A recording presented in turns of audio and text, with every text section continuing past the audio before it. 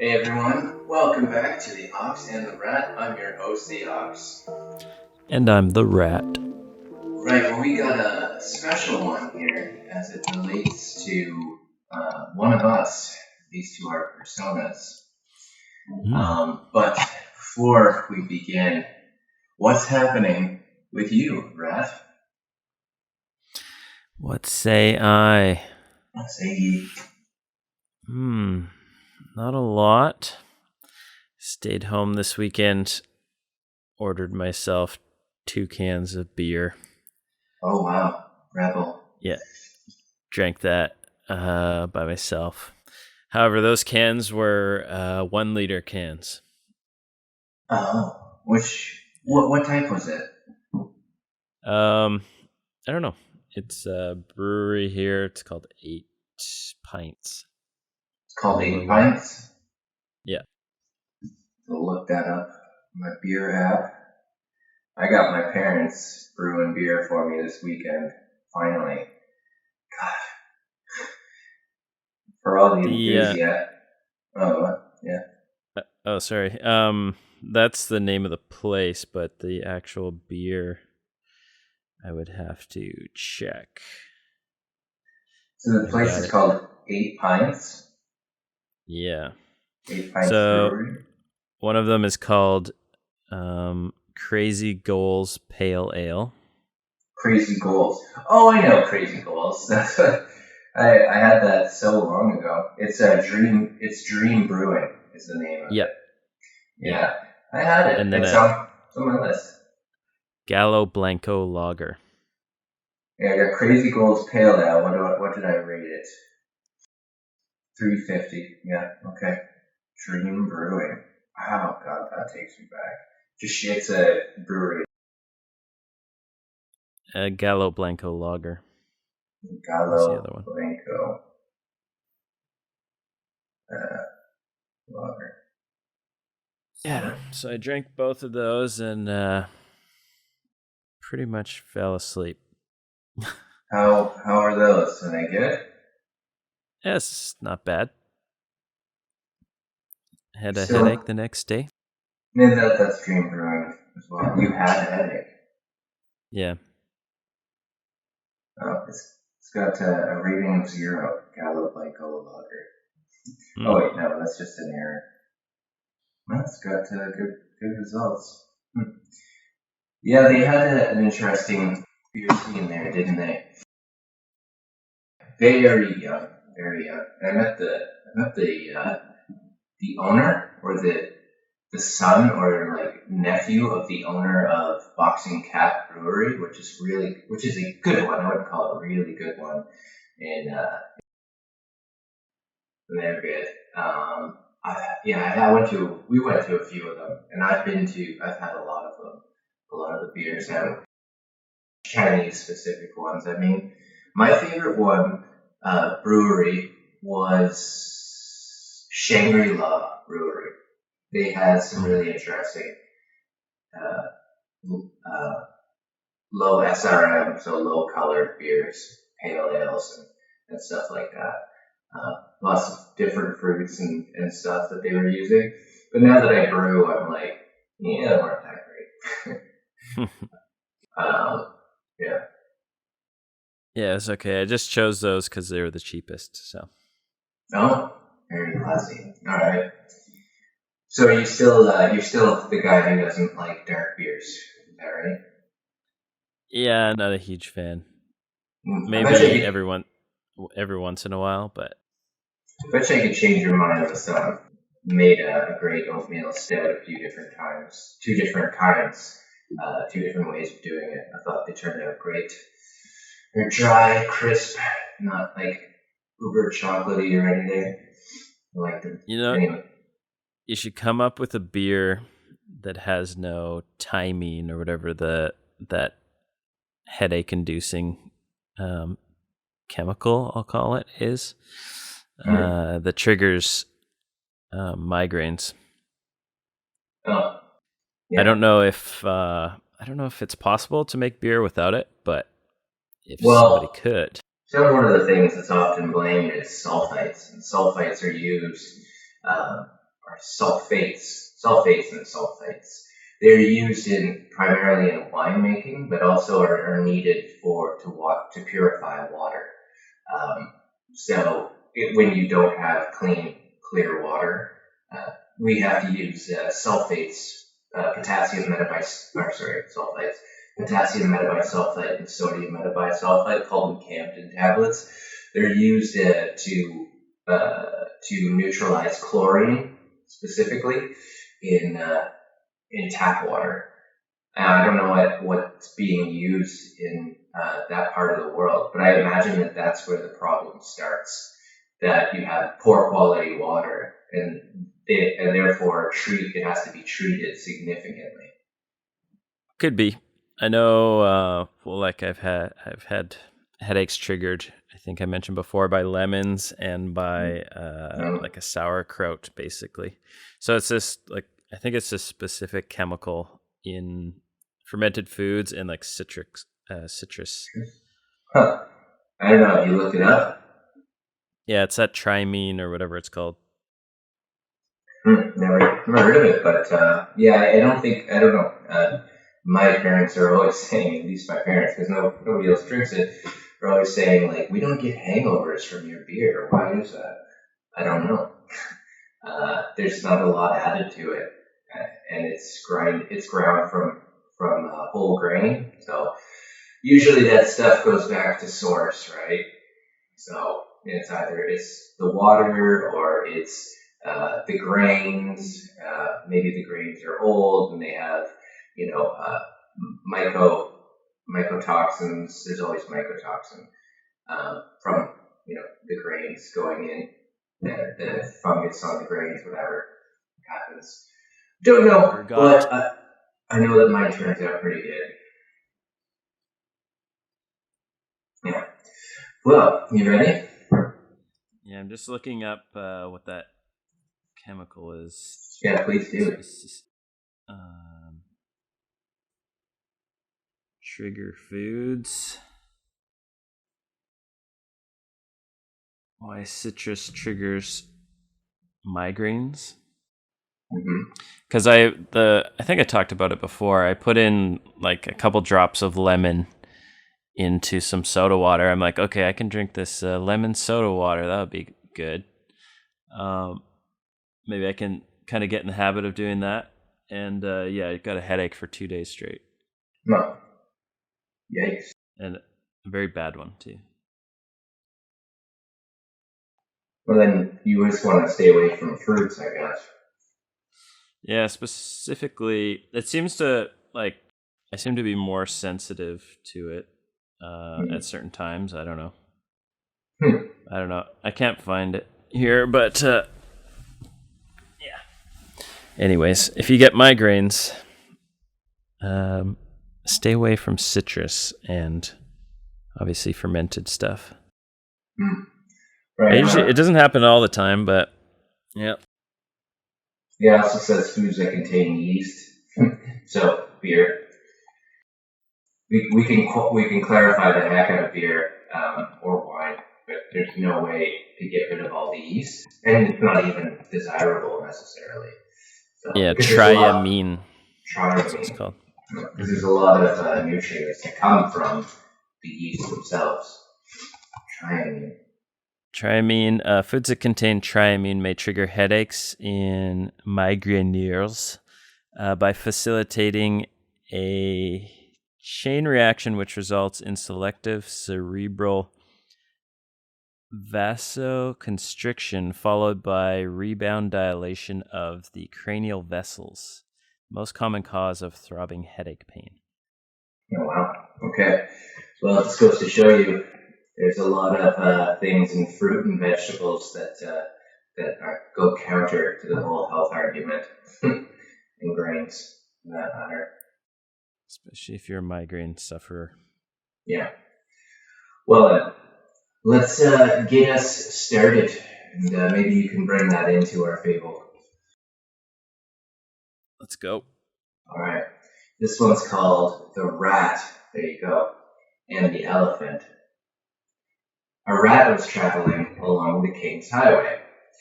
He was a very proud rat, considering his small size and the bad reputation that all rats have. As Mr. Rat walked along, he kept mostly to the ditch, where the rat belongs. No, I just added that. He noticed a great commotion up the road, and soon a grand procession came in view. It was the king and his retinue. The king rode on a huge elephant adorned with the most gorgeous trappings. With the king in his luxurious howdah, I don't know what that is, were the royal dog and cat. Or I suppose a howdah is that elephant back seat. Yeah. A great crowd of people followed the procession. They were so taken up with admiration of the elephant that the rat was not noticed. His pride was hurt. "What fools!" he cried. "Look at me, and you will soon forget that clumsy elephant. Is it his great size that makes your eyes pop out? Or is it his wrinkled hide? Why, I have eyes and ears, and as many legs as he. I am of just as much importance, But just then the royal cat spied him, and the next instant the rat knew he was not quite so important as the elephant." Ooh. Interesting. Tale of woe. Now, this goes into a lot of detail Does. about, specifically all those trappings about elephant wares. Elephant wear. So maybe this guy actually witnessed this. Yeah, that's an interesting point. Yeah. Yeah. Well, in that time when elephants were bred, there was a time where the Romans, because as the Romans would, bred elephants in Italy. So there were elephants around that were being bred, and in North Africa. Yeah, so they wouldn't have been uncommon in Greece, etc., in the Mediterranean, that people would have been aware of elephant wear, let's say. Mm-hmm. The trappings, as it were. Yes. So he's we got Mr. Rat walking down the street saying, "Why is this elephant so much better than me?" A little bit of small man syndrome. Yeah. And he's like, "I'm important too. I got the same as you have." Now, I thought it was going to go that the elephant saw the rat and got scared. But no, the royal cat came, scared the rat. So the moral of the story is,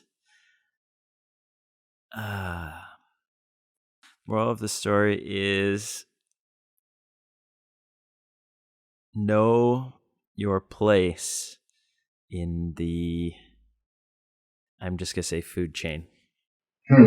Yeah. In a social hierarchy, maybe. Okay. Yeah, that's a nice one there. Okay. Yeah, it's a little bit similar. So it says a resemblance to the great in some things does not make us great. So that's going back to what the rat was saying, right? So the rat saying, "These idiots, look at me. Is it his great size? It doesn't matter. I have eyes and ears. The elephant has eyes and ears. So do I. I also have legs. I'm just as important," but it turns out he's not. So a resemblance to the great in some things does not make us great. Right. Yeah. That makes sense. Well, what examples are there that something looks great or seems similar but isn't the same? A quick one would be like a very muscle-bound guy. Oh, yeah, who's not very coordinated, like not really an athlete. He's just got a lot of muscle, but can't really move properly because of it. Oh, yeah. Good call. Yeah, I'll pick that thread up. Yeah, I used to be quite. When you start working out, right? Like you think about it that way. It's like size matters, right? I want to be big like that. There's a lot of ways to get size to turn into. You don't. It doesn't even take that much work, actually. And in fact, you can't do that much work to get there. because at some point it becomes eating yourself. You're, robbing Peter to pay Paul, so to speak. Right? So if you're over exercising, you're not able to recover, and then you need to dip into, the supplements and all that. And I mean like steroids. And just overeating like crazy just to get those calories. You don't need that. That's a really interesting thing that I've learned. But beyond that, I used to just do the standard stuff, like curls or whatever. Curls are for the girls, curls for the girls, not R4. And then I started doing kettlebells and functional and battle ropes and stuff and functional training. It's so much better.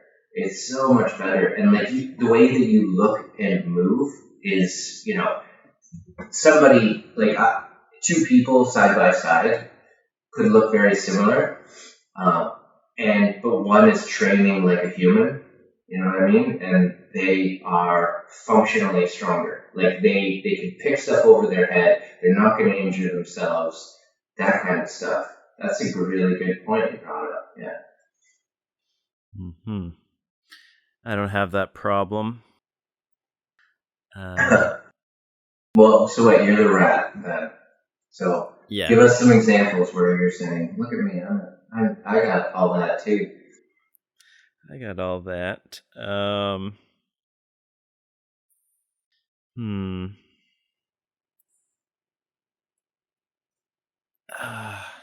only just thinking about job stuff.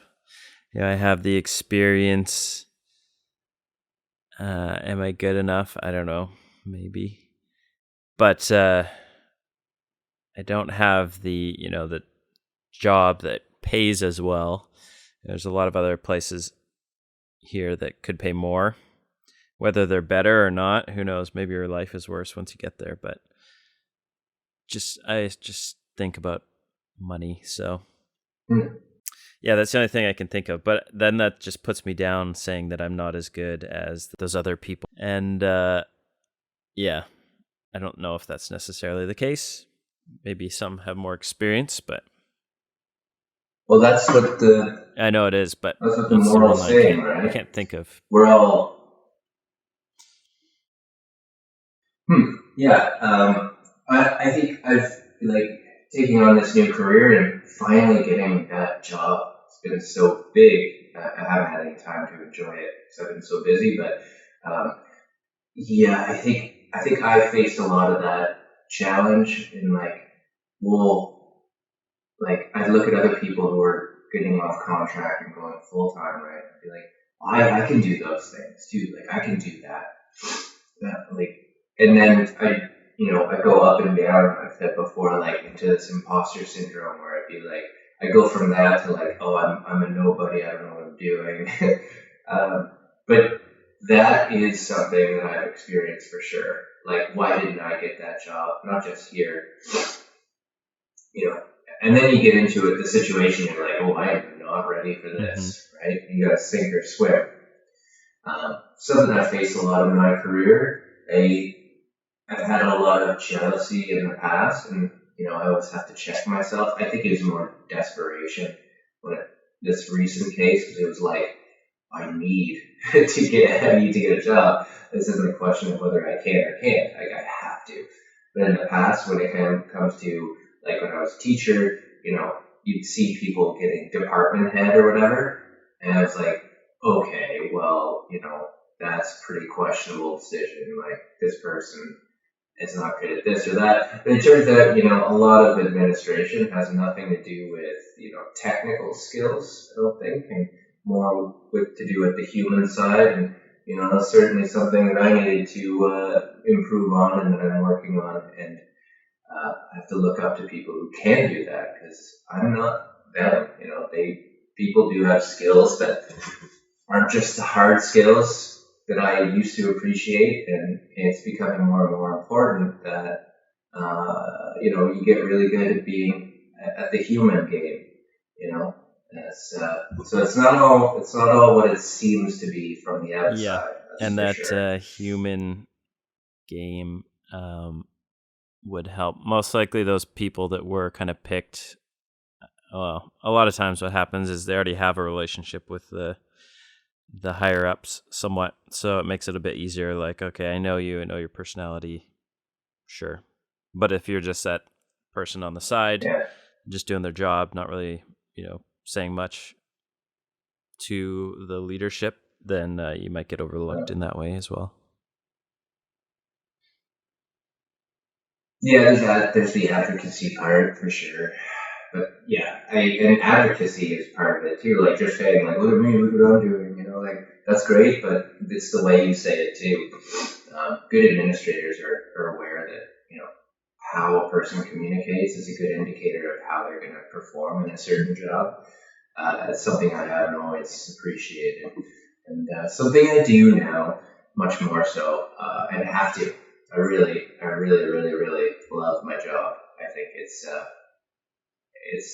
so multifaceted, as it is when I was a teacher. But I think it's a little bit more so. The stakes are a little bit higher, and yeah, less stuff getting in the way. So if you want it, you can make it happen for sure. But not all teachers, for example, are the same.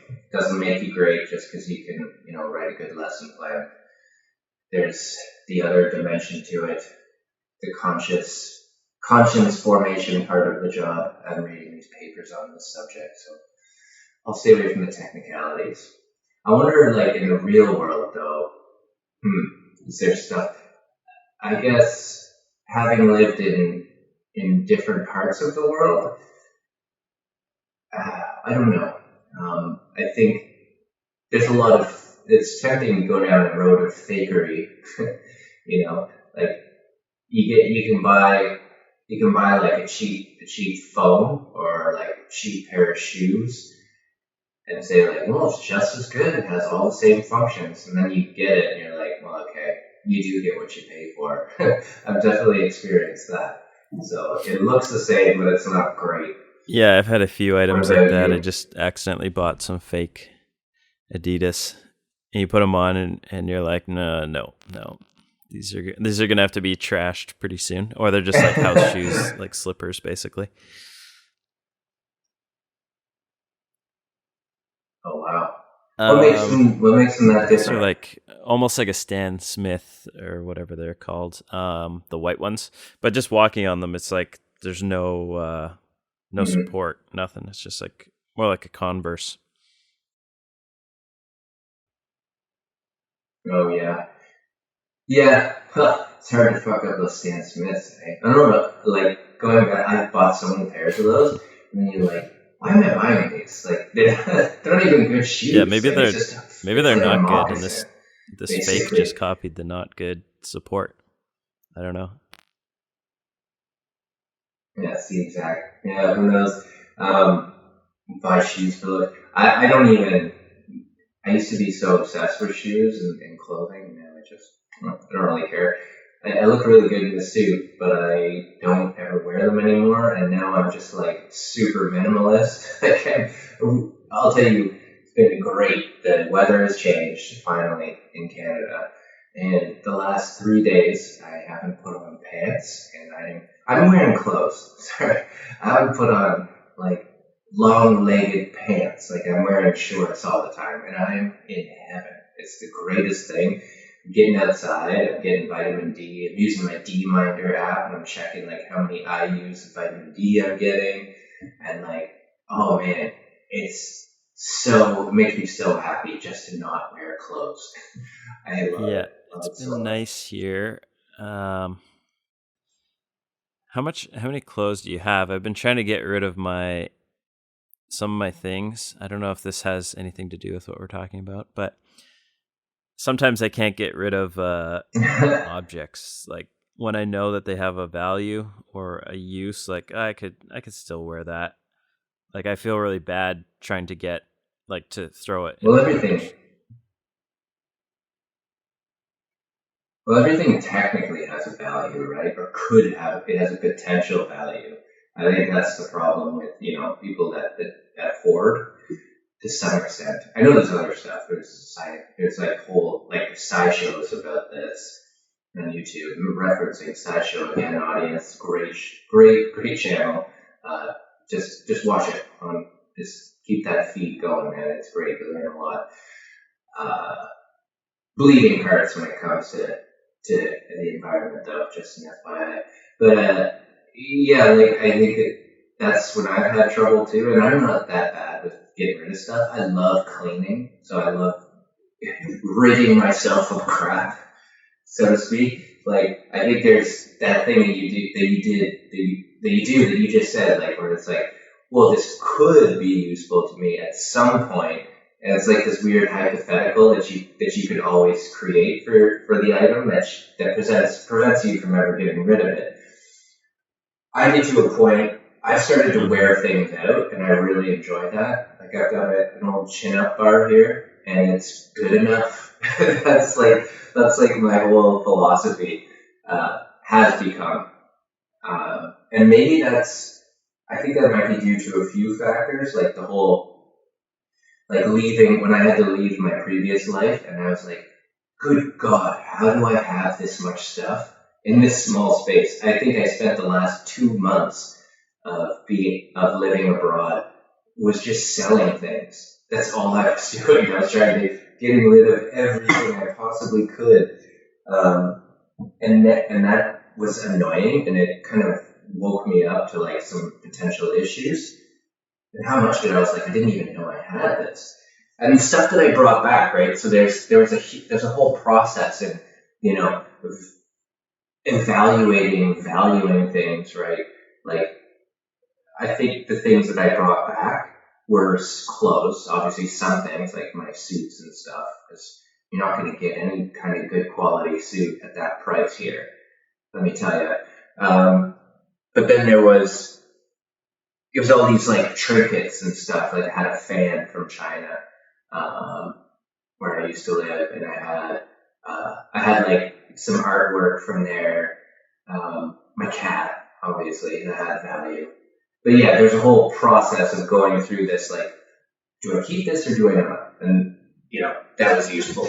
And the other part was, like, the whole cancer thing, of course, where it's like, Jesus, like, a lot of things just don't really matter. So I'm grateful for having had that experience, although it definitely clashes at times with my partner's view of things. I think clothes is a hard one because I know that somebody else could wear it if I donated it as well. So throwing it in the garbage just feels like a big waste.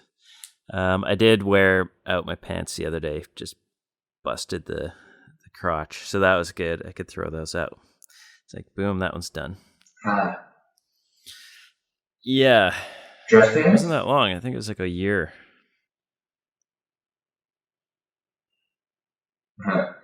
Did wait, what was I gonna say?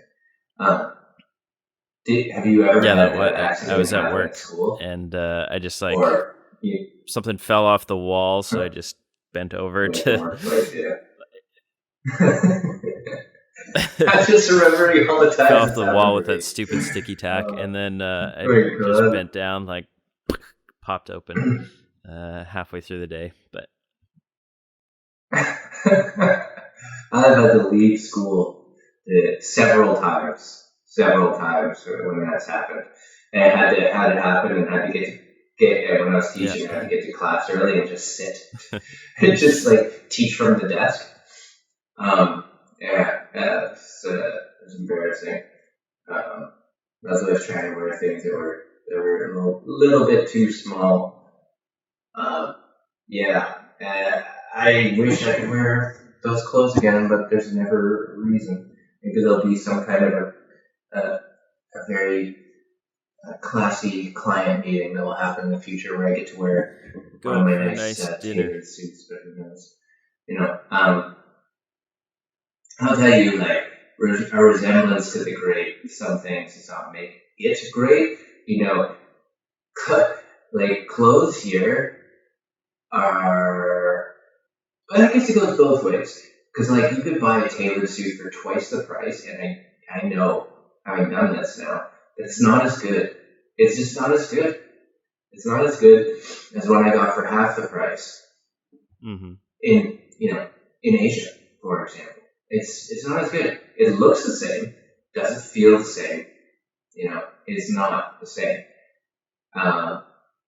Yeah, and you don't have that relationship either with the tailor that you can develop in other parts of the world.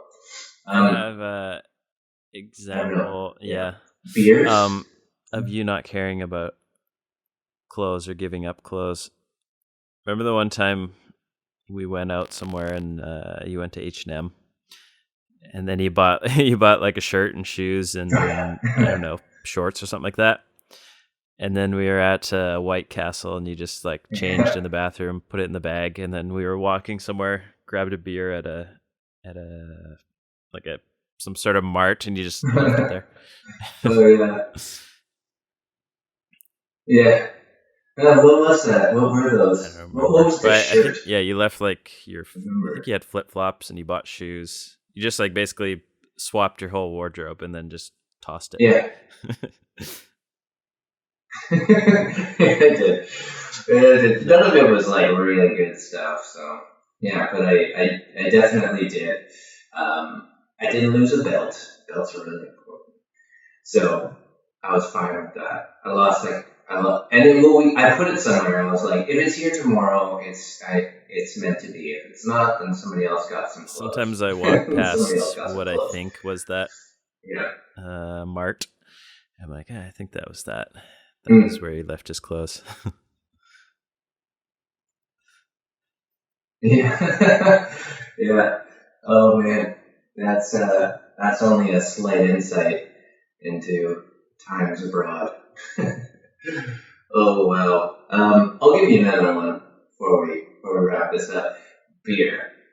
Not all beers are the same, and they all look they might have the same color, but there's a quality of craftsmanship that goes into them, you know, and the ingredients alone make a huge difference. So, for example, some people brew with extract, and extract is like a halfway, you know, that it's a cut through the process, cuts down the time. It's more expensive, but they don't use whole grain.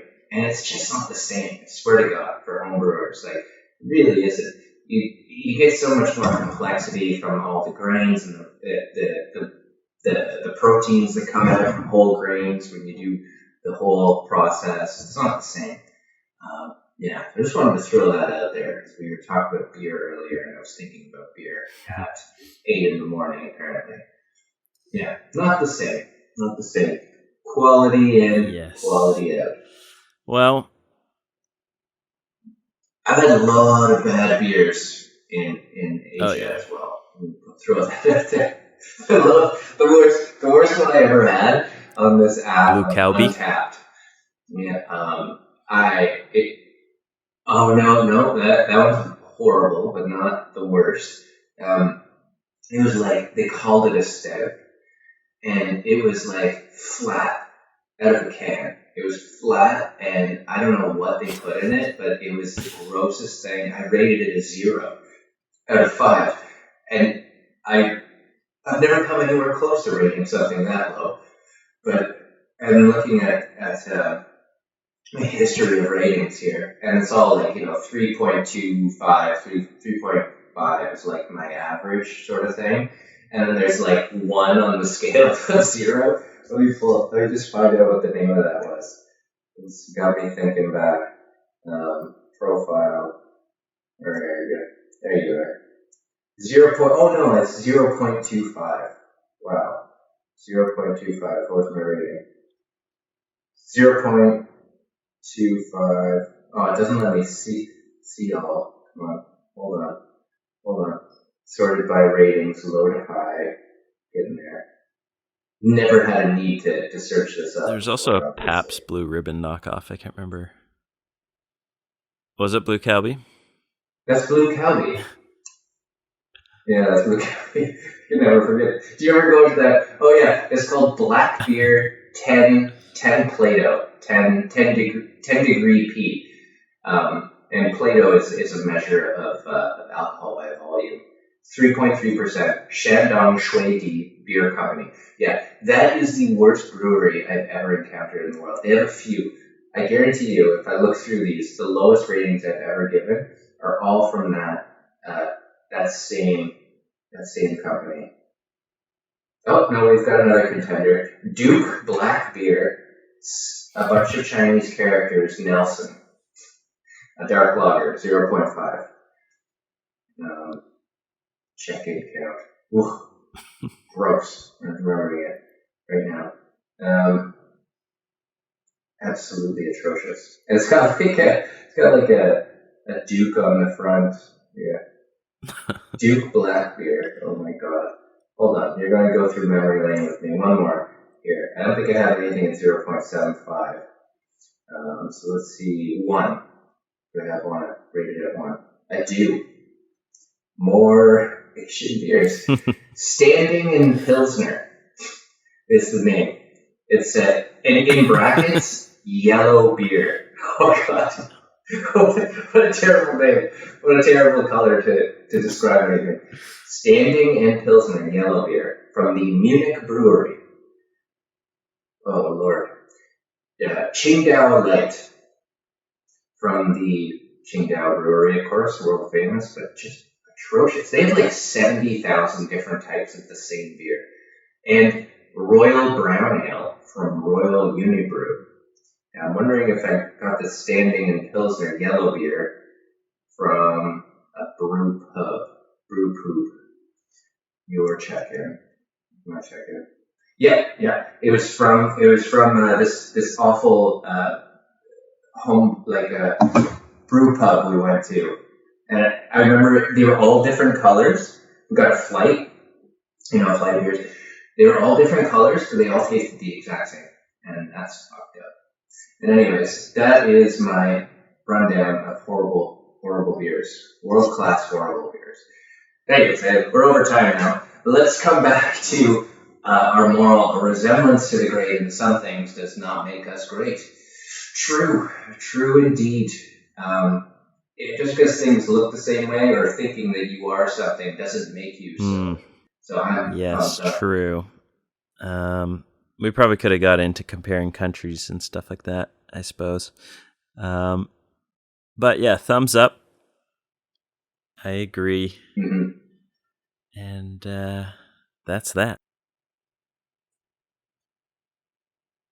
Yeah. So, next time you're trying to compare yourself to something else, just remember, just because you think you're an elephant doesn't make you an elephant. You might just be a rat. And hey, that's okay. You might just have legs and eyes. Yeah. And we all have those, but doesn't make you special. All right. So till next time, folks, give us a like. If you're not happy with us, certainly appreciate a hate also. All feedback is good feedback. And that's it for me. Catch you later. Bye-bye. Adios.